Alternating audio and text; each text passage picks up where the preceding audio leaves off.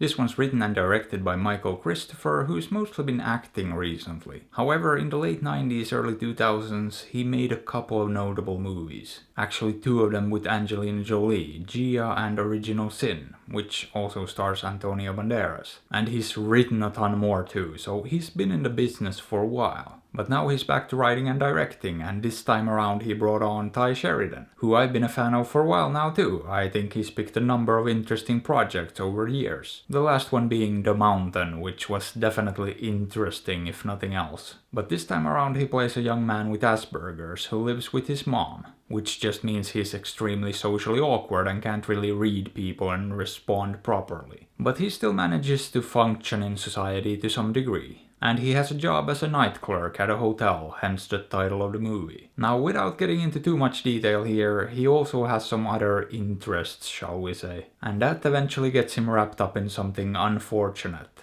And that's sort of what the movie is actually about, this whole scenario he gets involved in. And how he navigates the situation and how the situation evolves. And I would say that there are definitely some interesting aspects to that. But to be fair, I thought the whole setup and the premise was great. But I didn't think it really followed through. I feel like it kinda dropped the ball. And that was a bit disappointing because of how strong the beginning was. Now, it wasn't the greatest start to a movie I've ever seen, but it definitely had me intrigued. But then very quickly it just started to lose me and the story didn't really go anywhere interesting. And I mean, it even tried to insert this pseudo-love story into it as well, but I just didn't really buy it. I didn't really care, to be honest. And in a lot of ways I feel like the movie didn't really know what it wanted to do either, because tonally it's a little bit all over the place, a bit uneven. Perhaps not to a disastrous degree, but it was definitely noticeable, because sometimes it feels like a legit thriller. I wanted to know what happens next. And then it switched to this pseudo-love story that felt kinda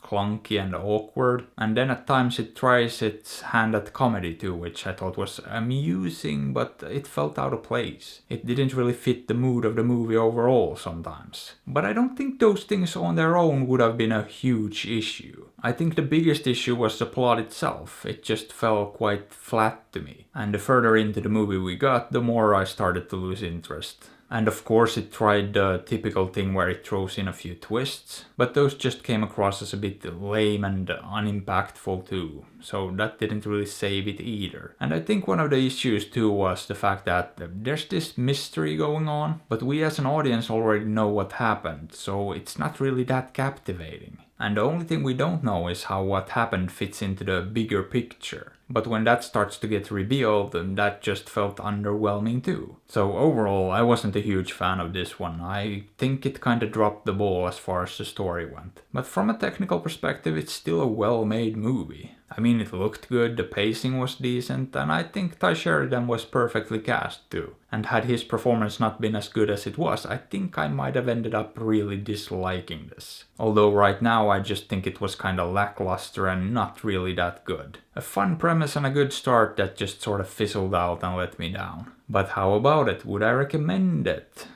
Not really. It just has a few too many issues to be enjoyable, so maybe skip this one, or don't. After all, I'm not your dad. But hey, what are your thoughts on this? Have you seen it? Did you like it? Let me know. And if you enjoyed the video, maybe give it a thumbs up or sub to the channel, because that would be fantastic. And if you'd like, you can also support me on Patreon or PayPal through the links in the description. And as always, I appreciate you and thanks for watching.